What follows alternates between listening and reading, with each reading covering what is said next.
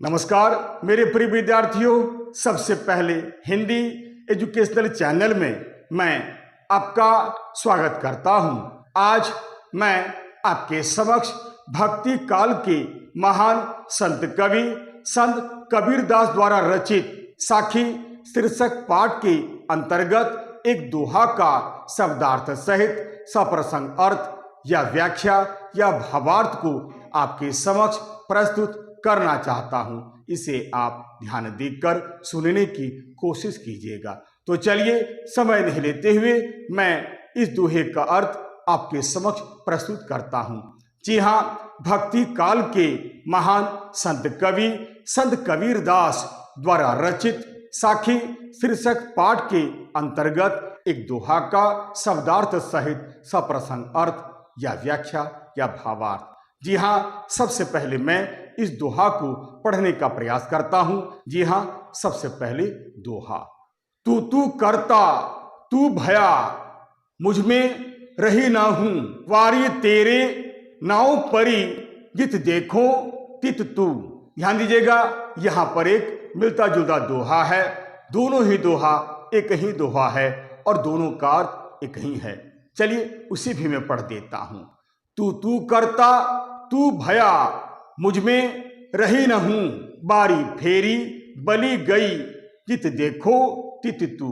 ध्यान दीजिएगा, दोनों ही दोहा एक ही दोहा है। शब्दों का थोड़ा सा हेर फेर है, अन्यथा दोनों ही दोहे का अर्थ एक ही है। जी हाँ, सबसे पहले मैं कठिन शब्दों का अर्थ आपको बता देता हूं ताकि व्याख्या करने में और आपको व्याख्या समझने में कोई भी दिक्कत ना हो। आइए सबसे पहले शब्दार्थ। जी हाँ, शब्दार्थ। तू यानी तू ही है, तू ही है, अर्थात निर्गुण निराकार ईश्वर श्री राम, यानी केवल तू ही है। यहां एक और अर्थ भी लिया जा सकता है, यानी आपका नाम स्मरण करते करते। तू भया यानी तुम शब्द स्वयं के लिए आया है, यानी तुम स्वयं ही हो गए, तुम स्वयं ईश्वर के समान हो गए। हूं शब्द यहां पर स्वयं के लिए आया है, यानी स्वयं के होने का भाव या अहंकार या घमंड या मैं। वारी यानी आवागमन यानी आना जाना। फेरी यानी फिर गया या समाप्त हो गया या खत्म हो गया। बारी फेरी एक साथ। बारी फेरी यानी आवागमन, आने जाने का चक्कर या भ्रम समाप्त हो गया। बलि गई यानी बलि चढ़ जाना या समाप्त हो जाना या जल जाना। जित यानी जिधर। देखो यानी देखना। तित यानी वहीं या वहीं पर या उधर। तू यानी ईश्वर यानी भगवान। आइए शब्दों का अर्थ बताने के बाद अब मैं पहले की भांति संदर्भ और प्रसंग बताने का प्रयास करता हूं। आइए सबसे पहले संदर्भ। जी हां, प्रस्तुत दोहा हमारी पाठ्य पुस्तक, ध्यान दीजिएगा, जो पुस्तक आपकी यहाँ पढ़ाई जाती है आप उस पुस्तक का नाम यहाँ जरूर लिखिएगा। के पाठ साखी नामक शीर्षक पाठ से ली गई है। इस पाठ के रचयिता संत कवि कबीरदास जी हैं। जी हाँ, संत कबीरदास भक्ति काल के अंतर्गत निर्गुण ज्ञानाश्रय शाखा के एक महान कवि हैं। जी हाँ, यही नहीं, संत कबीरदास मध्य युग के एक महान कवि थे। आइए संदर्भ के बाद अब प्रसंग। जी हाँ, प्रसंग। प्रस्तुत दोहा में संत कबीरदास जी ने ईश्वर प्रेम की महिमा का वर्णन बड़े ही सुंदर ढंग से किया है और बताया है कि ईश्वर प्रेम की महिमा बड़ी ही अद्भुत होती है। ईश्वर प्रेम की महिमा बड़ी ही विलक्षण होती है।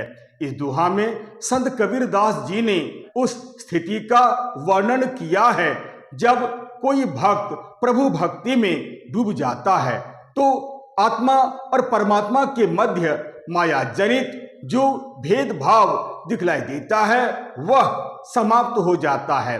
ईश्वर की आराधना करते करते साधक स्वयं ईश्वरमय हो जाता है। यानी ब्रह्म की आराधना करते करते साधक स्वयं ब्रह्ममय हो जाता है। जी हाँ, संत कबीरदास जी का मानना है कि ईश्वर भक्ति में समर्पण भाव का विशेष महत्व होता है। आइए संदर्भ और प्रसंग बतलाने के बाद अब मैं पुनः दोहा को पढ़ता हूं, फिर अर्थ बतलाते हुए इसकी व्याख्या करता हूं। जी हाँ, दोहा। तू करता तू भया, मुझ में रही न हूं, वारी तेरे नाव परी, जित देखो तित तू।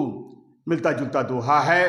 तू करता तू भया, मुझ में रही न हूं, वारी फेरी बली गई, जित देखो तित तू। तू यानी तू ही है, यानी निर्गुण निराकार ईश्वर श्री राम, केवल तू ही है, यानी आपका नाम स्मरण करते करते तू यहाँ पर स्वयं के लिए आया है। तू भया यानी तुम स्वयं हो गए, तू यहाँ पर स्वयं के लिए आया है, यानी तुम स्वयं ईश्वर के समान ही हो गए। हूं यानी स्वयं के होने का भाव, यानी अहंकार या घमंड या मैं। वारी यानी आवागमन या आना जाना। फेरी यानी फिर गया या समाप्त हो गया। वारी फेरी यानी आवागमन या आने जाने का चक्कर या भ्रम समाप्त हो गया। बली गई यानी बलि चढ़ जाना या समाप्त हो जाना या जल जाना। जित यानी जिधर, देखो यानी देखना, तित यानी वहीं या वहीं पर या उधर, तू यानी ईश्वर यानी भगवान। संत कबीरदास एक बहुत ही अनुभवी तथा एक दूरदर्शी व्यक्ति थे। संत कबीरदास जी का मानना है कि ईश्वर प्रेम की महिमा बड़ी ही अद्भुत होती है, ईश्वर प्रेम की महिमा बड़ी ही विलक्षण होती है। तू करता तू भया, मुझ में रही न हूं, यानी संत कबीरदास जी यहाँ कहते हैं कि ईश्वर भक्ति के क्षेत्र में समर्पण भाव की भक्ति का एक विशेष महत्व होता है। संत कबीरदास समर्पण भाव की भक्ति का महत्व बतलाते हुए कहते हैं कि हे प्रभु, मैं तेरा नाम जपते जपते या मैं तेरा नाम स्मरण करते करते अब मैं तेरे स्वरूप में ही इस प्रकार विलीन हो गया हूं कि अब मुझ में किंचित मात्र भी अहंकार का भाव नहीं रह गया है। तू करता तू भया, मुझ में रही ना हूं, अर्थात हे प्रभु, अब मुझे अपने अस्तित्व का ज्ञान ही नहीं होता है कि मैं आपसे अलग हूं। मैं आपका नाम लेते लेते मैं आप में ही विलीन हो गया हूं। अब मुझे ऐसा लगता है कि अब मैं आपसे अलग हूं ही नहीं। तू करता तू भया, मुझ में रही न हूं, यानी तेरा नाम निरंतर लेते लेते अब मुझे ऐसा लगता है कि मैं तू ही हो गया हूं, यानी मैं आप हो गया हूं, यानी तेरा स्वरूप अब मुझे प्राप्त हो गया है और मुझ में जो अहंकार का भाव था, मुझ में जो एक तरह से घमंड का भाव था, वह घमंड धीरे धीरे समाप्त हो चुका है। मेरे हृदय में जो घमंड था वह घमंड अब बिल्कुल समाप्त हो चुका है। अर्थात मैं आपका नाम लेते लेते धीरे धीरे आपके स्वरूप में ही मैं विलीन हो गया हूं और मेरे अंदर का अहंकार बिल्कुल समाप्त हो गया है। अब अगली पंक्ति देखिए। वारी फेरी बली गई, जित देखो तित तू। वारी यानी आवागमन या आना जाना। फेरी यानी फिर गया या समाप्त हो गया। वारी फेरी एक साथ बता देता हूं। आवागमन यानी आने जाने का चक्कर या भ्रम अब समाप्त हो गया है। बली गई यानी बलि चढ़ जाना या समाप्त हो जाना या फिर जल जाना। जित यानी जिधर, देखो यानी देखना, तित यानी वहीं या वहीं पर या उधर, तू यानी ईश्वर यानी भगवान।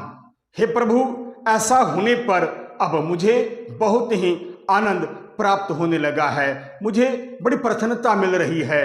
हे प्रभु, आपकी भक्ति करते करते मुझे ऐसा लगने लगा है कि अब मैं आपके ऊपर अपना सब कुछ हंसते हुए न्यौछावर कर दूं, क्योंकि मैं जिधर देखता हूं उधर तू ही तू दिखलाई देता है। यानी आप ही आप मुझे दिखलाई देते हैं, आप मुझे सर्वत्र दिखलाई देते हैं। आपका स्वरूप जो विराट है वह मुझे दिखलाई देने लगा है। वारी फेरी बली गई जित देखो तित तू। यानी ऐसा होने के बाद अब मुझे ऐसा लगता है कि मेरे आवागमन का चक्कर अब समाप्त हो चुका है। अब मुझे बार बार जन्म लेना ही नहीं पड़ेगा। मैं जन्म मरण के चक्कर से पूरी तरह से मुक्त हो चुका हूँ।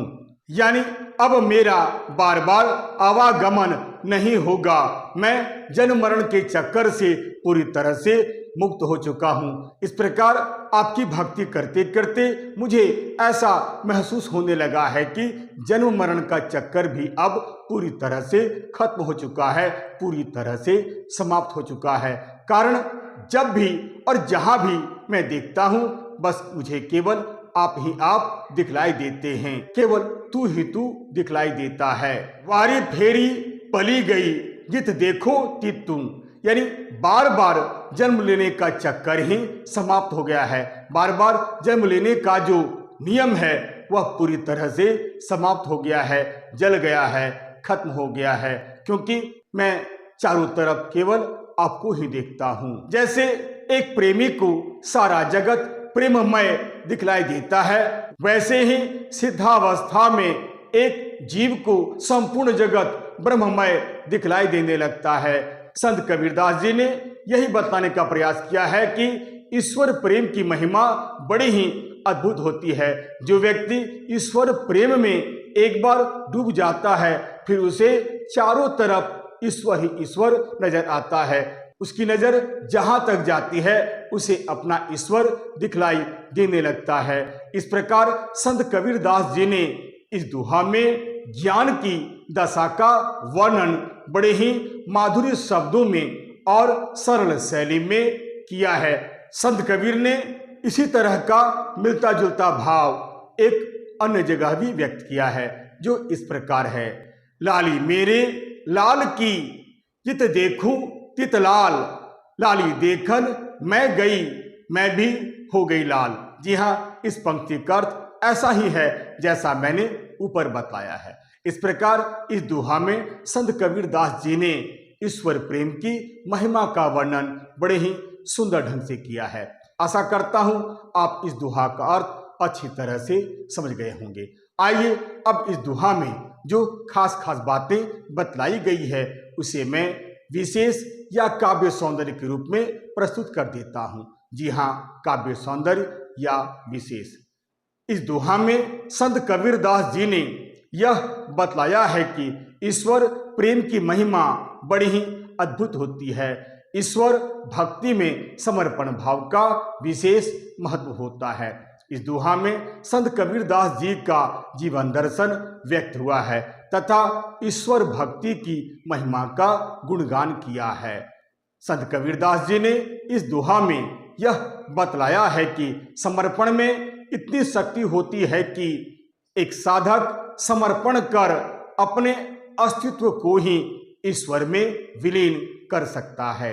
इस दोहा की भाषा पंचमेल खिचड़ी या सरल सधुकड़ी भाषा है।